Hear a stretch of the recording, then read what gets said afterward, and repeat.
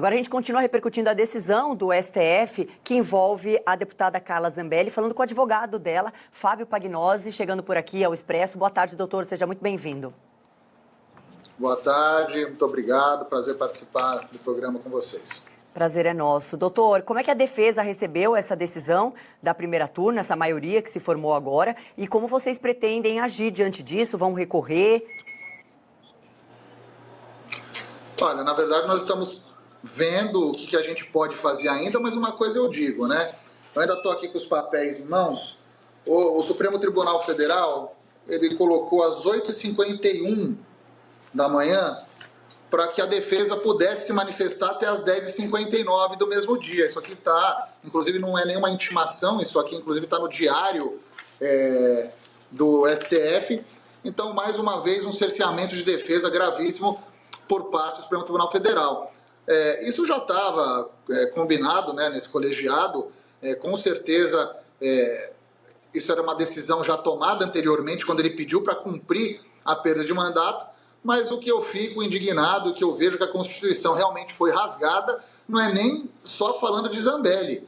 Eu falo aqui sobre qualquer outro parlamentar que possa estar em caso semelhante, e quando um plenário da Câmara decide por não caçar um parlamentar, um número expressivo de parlamentares, simplesmente o Supremo Tribunal Federal caneta e revoga ali o que o Legislativo fez. Então, isso tem uma usurpação de poder do Judiciário em cima do Legislativo gigantesca e abre precedentes perigosíssimos para a direita ou para qualquer outro parlamentar que esteja com processo ali no STF.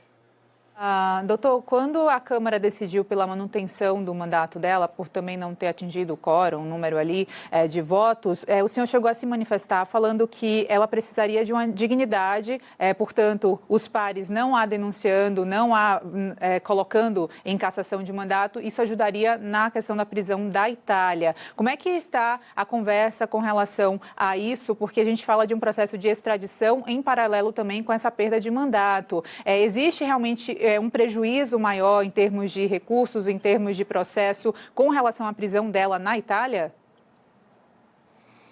Olha, boa pergunta. Porém, vamos analisar. Eu vou usar na defesa da Itália, obviamente, essa vitória no plenário, que só falando um pouco mais, o quórum não foi baixo. Se você olhar o quórum do Glauber, foi exatamente igual. A Carla teve muita abstenção. E eu falo porque que ela teve abstenção, eu estava lá. Deputados que queriam ajudar a Carla não queriam se indispor com os partidos deles. Então eles falaram, olha, eu vou abster o voto, porque com a abstenção ela ganha. Então, na verdade, não foi falta de quórum, tá? Mas na Itália eu acho que isso ajuda, sim, o processo, mostrando que ela tem ali um processo político, né? Um processo que o Brasil inteiro conseguiu ver depois do relator Diego Garcia mostrando que a Carla Zambelli não teria que pegar todos esses anos de cadeia, porque tem 13 alvarás de solturas colocados pelo Walter Delgatti, que estão no processo, que condenam a deputada Carla Zambelli, que ele mesmo na CCJ disse que a Carla Zambelli nem sabia desses alvarás de soltura, que ele fez por vontade própria, incluir até um primo dele lá para ser solto. E isso agravou a pena da deputada Carla Zambelli. Então, se a Carla Zambelli não tivesse esses 13 alvarás de solturas como agravante de pena dentro do seu processo, ela não teria pego pena em regime fechado e ela poderia cumprir, sim, o seu mandato de forma regular com um semiaberto. A condenação criminal da deputada, ela já está transitada em julgado, né? Isso não torna inevitável a perda do mandato, uma vez que ela está presa e vai cumprir essa prisão, seja aqui ou na Itália? Independentemente de ser automática, como a decisão do STF, o senhor acredita qual é a fragilidade dessa decisão que pode fazer com que vocês impeçam essa perda do mandato, mesmo ela tendo já transitado em julgado, essa condenação, e ela cumprindo a prisão em regime fechado? Olha, a perda de mandato é uma briga constitucional, porque a Constituição assegura que só o Poder Legislativo pode caçar um deputado. Então, isso não é a defesa alegando algo, e sim é o que estamos vendo, né, o que nós lemos na Constituição. Porém, as pessoas só leem o que interessa. A Constituição ela não pode ser desmembrada e lida o artigo e o parágrafo que você mais gostar. Você tem que pegar ela como um todo. Porém, O que existe, sim, é uma briga entre poderes no Brasil. O Legislativo, apesar de não ter cassado a deputada Carla, não tem voto, não tem força nenhuma com o Judiciário, porque o Judiciário apenas fala cumpra-se. E esse cumpra-se é muito perigoso. Eu sei que a Carla Zambelli perdeu o mandato. Não acho que a defesa tenha muito argumento para se utilizar no STF depois dessa votação de hoje.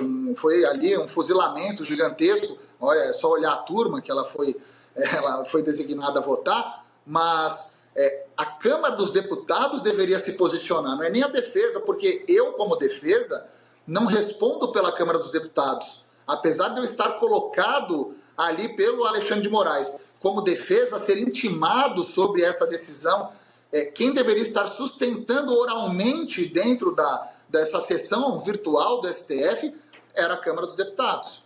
Porque só eles podem salvar o mandato da Carla Zambelli.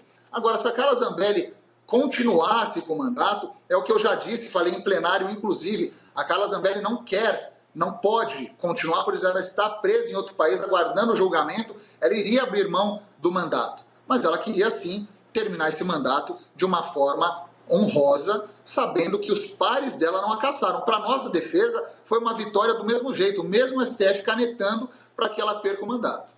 Agora, doutor, o Moraes, ele se calçou muito no artigo 55 da Constituição, falou em violação desse artigo, inciso 3 e 6, por conta dessa deliberação da Câmara, tentando anular a decisão já em trânsito julgado e isso cabendo exclusivamente ao Poder Judiciário. E aí a gente fala realmente de um arranho entre poderes legislativo, judiciário, freios e contrapesos. Qual possível contra-argumento em termos também de fulcro de lei, de artigos que a defesa pode usar para que justifique esse argumento que o senhor sustenta sobre a deliberação da Câmara? Como é que a gente olha para possíveis saídas e contra-argumentos quanto ao que Moraes falou até aqui? Olha só, Moraes, obviamente, o ministro relator, ele pega ali as partes principais que ele acha necessário para que ele defenda a tese dele. Assim como a defesa também pega ali o que é necessário para a defesa utilizar a favor da deputada. Mas se nós olharmos aqui, em nenhum momento o Legislativo tentou mudar o que o Judiciário fez. Então, ele está criando ali mais um atrito com a Câmara dos Deputados desnecessário. Porque o que aconteceu foi, o próprio Alexandre de Moraes deu para o Hugo Mota dar a perda de mandato para deputado. O Hugo Mota pegou o que está na Constituição, ele pegou o que está no regimento interno da casa e aplicou ao caso da Carla Zambelli, que não aplicou ao caso do Ramagem, por exemplo. Ele fez certo. Nós peticionamos na época, porque o Hugo Mota já queria dar a perda de mandato de imediato. E nós peticionamos mostrando que não, ele tinha que seguir a Constituição. Então vai a CCJ. A CCJ demorou meses para conseguir concluir um relatório. O Alexandre de Moraes sabia, obviamente, tanto que ele foi falar que o hacker não poderia ter participado, que ele não autorizou o hacker a participar da CCJ. Então, se naquele momento ele já tivesse falado que era ilegal ou imoral a Câmara votar ou criar algo da Zambelli, alguma dúvida sobre o que o Judiciário julgou, deveria ele, na época, já ter falado, porém ninguém falou. Então, é o que eu digo, não houve erro nenhum do Legislativo, o Judiciário sabia, a CCJ aconteceu, acho que acharam que ela ia perder na CCJ, mesmo trocando os membros da CCJ, ganhamos no plenário. O plenário, por sua vez, decidiu pela manutenção do mandato, mas em nenhum momento fala que ela deveria ser inocentada. Mas óbvio que para você ter um relatório sobre a perda de um mandato parlamentar, você tem ali os princípios dentro do regimento interno para mostrar o que o deputado teria feito para se perder o mandato. Então, o mandato, naquele momento em que foi exposto os fatos, com provas frágeis apenas na palavra de um hacker, a Câmara dos Deputados entende que ela não teria cometido um crime ao ponto da Câmara cassar o seu mandato. Obviamente, se ela tivesse aqui no Brasil, lá ela também está presa na Itália, mas se ela tivesse aqui no Brasil, automaticamente ela perdeu o mandato porque ela estaria presa no Brasil. Os direitos políticos dela, diferente do que o STF fala com todo respeito, e por isso que tem a defesa, não foram cassados. Foram cassados hoje. Porque a deputada Carla Zambelli, ela estava ainda com seu nome ativo na Câmara dos Deputados. Então, ela não perdeu os seus direitos políticos. Portanto, se os direitos políticos não foram perdidos, não tem do que se falar que a Câmara tentou fazer algo ilegal, né? Agora, a gente vai ter que acatar a decisão do Supremo e ver aqui o que a casa, o que o Hugo Mota vai fazer, que eu acho que ele vai cumprir a decisão, porque senão ele é o próximo a ser preso se ele não fizer. Doutor Fábio Pagnozzi, obrigada pela sua participação aqui no Expresso. Boa tarde para você, bom fim de semana. Obrigado para vocês também. Valeu.